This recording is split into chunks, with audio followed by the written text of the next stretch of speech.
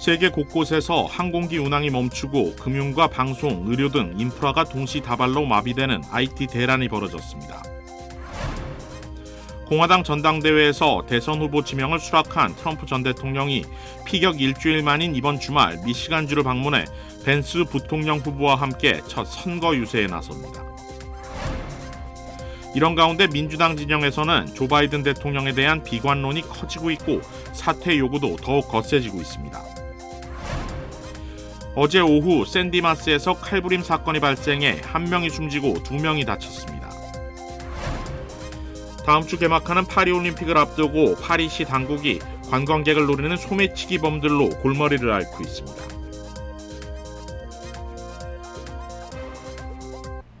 시청자 여러분 안녕하십니까? KBS 아메리카 뉴스입니다. 사이버 보안업체 소프트웨어 패치 오류로 전 세계 전산망이 마비되는 사태가 벌어져 항공기 결항이 속출했고 카드 단말기 작동이 중지되면서 거래가 마비되는 등 시민들의 불편이 이어졌습니다. 보도에 이우수 기자입니다. 마이크로소프트 운영체제와 보안 플랫폼 크라우드 스트라이크 소프트웨어 충돌이 일어난 것은 어제 오전.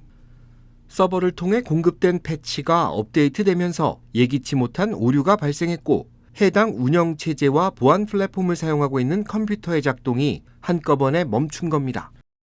컴퓨터 모니터에는 사용 불가 상태를 알리는 이른바 죽음의 블루 스크린이 띄워졌고 전산망 먹통 사태는 장기화됐습니다. 하늘길은 완전히 마비됐는데 교통부에 따르면 내일쯤에나 정상화될 것이라는 전망입니다. I feel awful for everybody whose flights are getting canceled. People going to things like funerals or stuff of that situation. This is unacceptable. After waiting a very long time, we kept getting multiple text messages. Your flight is delayed another hour, and finally canceled. I'll be in here about 16 hours. Yeah, I know. I did get here quite a bit early, but my flight now isn't until 5 o'clock later this afternoon. So. 응급 구조 시스템도 이번 사태에 영향을 받았습니다. 엘라스카주를 포함한 여러 주에서 911 신고가 먹통으로 변하면서 응급 환자 수송에 애를 먹었고 병원 전산망 마비로 의료 서비스에도 차질이 발생했습니다. 소매업체들의 피해도 잇따랐습니다. 결제 시스템 마비로 스타벅스와 맥도날드 등 대형 프랜차이즈 업체는 물론 소규모 업체들도 온라인 결제 시스템 장애로 방문 고객만 응대할 수 있었습니다. 유통망에도 큰 차질이 빚어졌는데 페덱스와 UPS 등 대형 물류업체의 전산망이 멈추면서 배송 지연 사태가 이어졌습니다. 그러나 이번 사태에서 금융시장에 대한 여파는 적었습니다. 기술주 실적 발표에 대한 경계심으로 3대 지수가 오늘 하락세를 보였지만 뉴욕 주식시장은 정상 거래를 마무리했습니다. 백악관은 오늘 IT 패치의 문제점을 지적하면서 이번 사태는 사이버 공격과 무관하다고 선을 그었습니다. 사실상 보안 플랫폼 크라우드 스트라이크의 의견에 동의한 겁니다. 그러나 이번 사태를 통해 미국의 국가 안보와 경제가 디지털화로 전환된 것을 인지하고 효과적인 대처 방안을 찾아야 할 필요가 있다고 강조했습니다. KBS 뉴스 이우수입니다. 트럼프 전 대통령이 공화당 전당대회에서 대선 후보 지명 연설을 통해 분열된 미국의 통합을 촉구했습니다. 주혜진 기자가 보도합니다. 유세중 총격으로 생사의 위기를 넘긴 지 닷새 만에 공화당 전당대회 연단에 선 트럼프 전 대통령. 자신의 생애 3번째 대선 후보 지명을 수락했습니다. 이어 하나의 운명에 함께 묶여 있다며 미국 사회의 통합을 강조했습니다. The discord and division in our society must be healed. We must heal it quickly. 하지만 바이든 정부 정책을 강하게 비판했습니다. 자신의 임기 중에는 전쟁도 북한의 미사일 위협도 없었다고 주장하며 우크라이나 전쟁 등 모든 국제 갈등을 종식시키겠다고 강조했습니다. North Korea is acting up again, but when we get back, I get along with him. He'd like to see me back too. I think he misses me. 자동차 제조업을 다시 미국으로 신속하게 가져오겠다며 중국산 자동차에는 고율의 관세를 부과하겠다고 말했습니다. 미국에서 차를 팔려면 미국에서 만들어야 한다는 겁니다. We'll put a tariff of approximately 100 to 200% on each car. and they will be unsellable in the United States. 트럼프 전 대통령은 이번 연설을 통해 미국 우선주의를 재천명하면서 미국 중심의 대외, 산업, 통상 정책 등을 강하게 추진할 것임을 분명히 했습니다. 다만 미국 언론들은 93분 동안 이어진 이번 연설에서 트럼프 전 대통령이 20번 넘게 거짓을 말하거나 사실을 부풀려 얘기했다고 지적했습니다. 워싱턴에서 KBS 뉴스 조혜진입니다. 11월 대선을 앞두고 조 바이든 대통령에 대한 민주당 진영 비관론이 커지고 있습니다. CNN은 오늘 민주당 당국자와 백악관 보좌관, 재선 캠프 본부 등 관계자 24명을 취재한 결과 바이든 대통령 진영 내부에서 이른바 파멸의 고리에 갇힌 것 같다는 분위기가 감지된다고 보도했습니다. 바이든 대통령은 지난 TV 토론 참사 이후 당 안팎에서 사퇴론에 휩싸였지만 완주 의사를 밝혔습니다. 그러나 총기 피격 이후 건재를 과시하며 공화당 분위기를 고무시킨 도널드 트럼프 전 대통령과 달리 별다른 새몰이를 못하고 있습니다. CNN은 심지어 바이든 대통령의 견고한 우군들의 결의마저 부서지고 있다며 좋지 못한 여론조사 결과와 기부 중단 등을 거론했습니다. 또 바이든 대통령 편에 설 준비가 돼 있던 백악관과 캠프 보좌관 사이에서도 바이든 대통령이 당에 고통을 준다고 느끼기 시작해 일부는 이미 선거 캠프 활동을 포기했거나 포기하겠다는 의사를 밝히고 있다고 덧붙였습니다. 여기에 한 바이든 대통령의 보좌관은 이제 게임 오버라는 느낌이 커지고 있다고 말하기도 했다고 설명했습니다. 한 민주당 고위 하원 당국자는 바이든 대통령이 대선을 뛰면 상하원도 질 수 있다는 믿음이 생기고 있다고 전했습니다. 한편 바이든 대통령은 다음 주 선거운동에 복귀하기를 고대한다고 밝혔습니다. 그러나 당 안팎에서 사퇴론이 커지면서 일각에서는 바이든 대통령이 이번 주말을 기점으로 사퇴할 수 있다는 전망까지 나오고 있습니다. 프리웨이를 달리던 한인 차량에 갑자기 총탄이 날아드는 아찔한 사건이 발생했습니다. KBTV 전상희 기자입니다. 시애틀 인근 에드먼즈 부안마켓에서 에이스 마사지 체어점을 운영하고 있는 여운표 사장은 자신의 업소로 가던 중 차량에 총 한 발을 맞았다고 전했습니다. 여 사장은 이날 마사지 체어 운반용으로 사용하는 대형 밴을 몰고 시애틀 지역 5번 프리웨이 북쪽 4차선 가운데 두 번째 차선을 타고 사우스 센터 몰에 조금 못 미치는 지점에서 총격을 받았습니다. 여 사장은 7시가 조금 넘은 시각 큰 소리가 들려 순간적으로 총이나 뭔가에 맞았다는 생각을 했다며 차를 멈추고 확인할까 하다 차들이 세게 달려 가게로 돌아왔는데 도착해서 차량을 확인한 결과 조수석 뒤쪽에 총격을 받아 구멍이 뚫렸으며 총알이 운전석 뒤쪽 대각선으로 날아와 마사지 체어 운반용 합판에 맞았습니다. 여 사장은 바로 총격을 받은 사실을 확인하고 경찰에 신고를 했으며 차량 수리를 위해 보험도 청구한 상태라고 밝혔습니다. 여 사장은 다른 차량에서 무차별 총격을 가한 것으로 보인다고 전했습니다. 신고를 받은 경찰은 워싱턴주 순찰대와 협력해 당시 교통카메라 검색 등을 통해 용의 차량을 추적하고 있습니다. KBTV 뉴스 전상입니다. 어제 오후 샌디마스에서 칼부림 사건이 발생해 1명이 숨지고 2명이 부상당하는 일이 발생했습니다. KTLA 방송에 따르면 중국계 여성이 일본도를 들고 샌디마스 주택가를 배회했습니다. 경찰이 도착해 무기를 버리라고 하자 이 여성은 칼을 버리고 손을 들었습니다. LA 카운티 셰리프국에 따르면 이 여성이 경찰관들을 인근 집으로 안내했는데 그 집에는 열상을 입은 여성 1명과 숨진 사람 1명이 발견됐습니다. 경찰은 집을 수색하다 여성 1명이 추가로 발견돼 병원으로 이송했다고 설명했습니다. 수사당국은 정확한 사건 경위를 조사 중인 가운데 KTLA는 이번 사건이 가족 간의 갈등에서 시작된 것으로 보인다고 보도했습니다. 아시안 여성을 폭행하고 성추행한 용의자가 경찰에 체포됐습니다. 경찰은 지난 16일 오후 5시쯤 브랜우드에서 유모차를 끌고 4주된 아이와 산책을 하던 아시안 여성에게 성폭행을 하고 주먹으로 때린 남성 백인 용의자를 어제 체포했다고 밝혔습니다. 20대인 용의자는 뒤에서 피해 여성에게 다가가 여성의 엉덩이를 움켜쥐고 성적으로 폭행했으며 이후 피해 여성이 방어하려고 하자 용의자는 여성의 얼굴을 주먹으로 강하게 때려 입술과 눈 밑이 찢어지고 두피 부상 등 중상을 입혔다고 경찰은 설명했습니다. 피해 여성은 아기가 피해를 입지 않아 다행이지만 가장 무서웠던 순간은 용의자가 도망치기 전 유모차를 쳐다봤던 순간이라며 악몽 같은 당시 상황을 설명했습니다. 경찰은 체포된 남성의 신원을 공개하진 않았지만 당시 사건 경위를 조사 중이라고 밝혔습니다. 다음 주 파리올림픽이 개막하는데요. 지금 파리의 골칫거리 중 하나는 관광객을 노리는 소매치기범들이라고 합니다. 이준희 기자가 취재했습니다. 파리에서 한국 관광객들이 가장 많이 몰리는 곳인 루브르 박물관역입니다.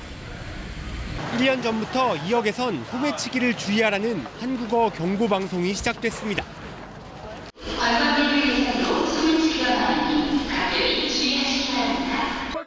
올림픽을 코앞에 두고 파리 청년들이 직접 나서 퇴치 운동까지 벌이고 있지만 여전히 기승인 소매치기에 파리는 골머리를 앓고 있습니다.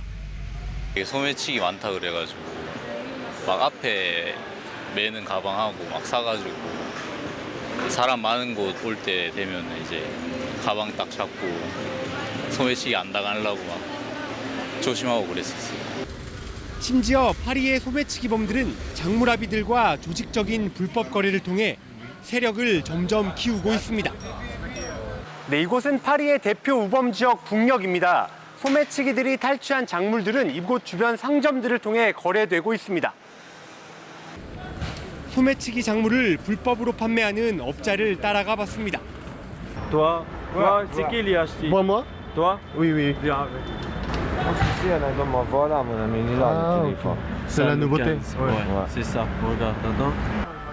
대다수가 불법 이민자인 이들은 취재진에게 마약 거래까지 시도했습니다. Ah non, c'est le coke.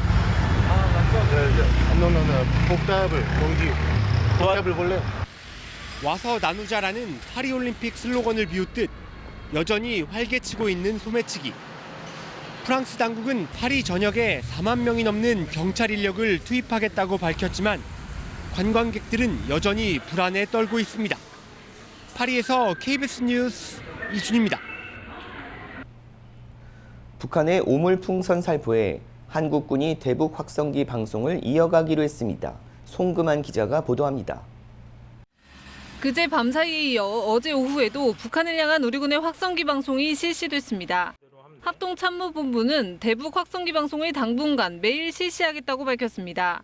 거듭된 경고에도 북한이 그제 저녁부터 200여 개의 오물풍선을 또다시 날려보내자 우리군은 곧바로 대북 확성기 가동 준비에 들어갔습니다. 그제 저녁 6시부터 시작된 확성기 방송은 10시간 남짓 이어졌습니다. 이러한 맞대응 성격의 대북 확성기 방송은 북한이 오물풍선을 날려보낸 서부전선에서 주로 진행됐는데 앞으로 중부전선과 동부전선에서도 매일 하기로 한 겁니다. 확성기 방송 내용은 김씨 일가 3대 세습 비판 등으로 이뤄져 북한 정권이 강하게 반발하는 우리군의 심리전 수단입니다. 집중호우로 인해 남북한 주민들의 피해가 발생하는 상황에서 우리군은 북한이 저급하고 치졸한 행위를 반복하고 있다고 비판했습니다. 또한 북한 정권은 쓰레기를 살포할 여력이 있다면 경제난과 식량난으로 도탄에 빠져 있는 북한 주민들을 이용만 하지 말고 먼저 살펴야 할 것이라고 경고했습니다. 군은 어느 때보다 현 상황을 엄중하게 인식하고 적의 도발 등 우발적 상황에 만반의 대비 태세를 유지할 방침입니다. KBS 뉴스 송금환입니다.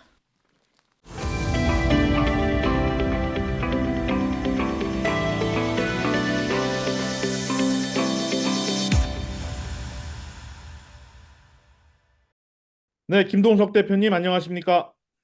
네, 안녕하세요. 네, 자 미러키 전당대회가 이제 어제 막을 내렸습니다. 자, 이번 미러키 전당대회 직접 다녀오셨는데 현장 분위기 좀 어땠습니까?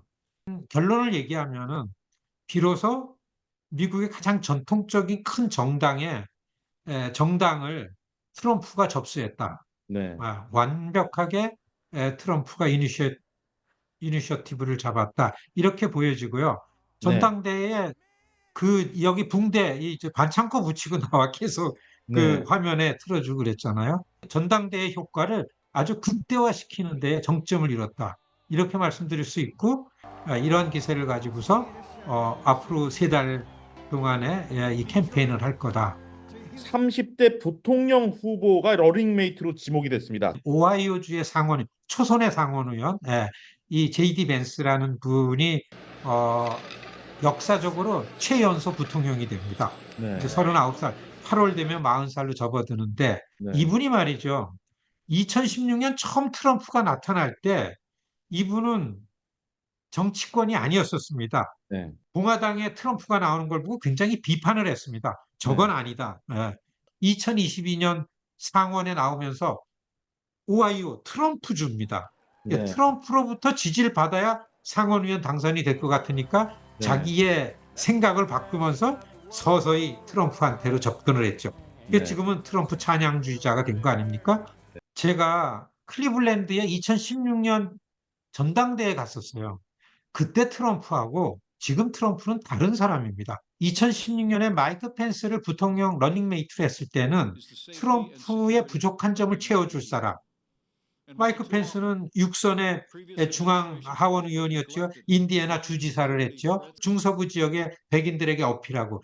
그때는 트럼프의 보완안이라는 측면에서 러닝메이트를 지명했지만 그렇게 되니까 뭡니까?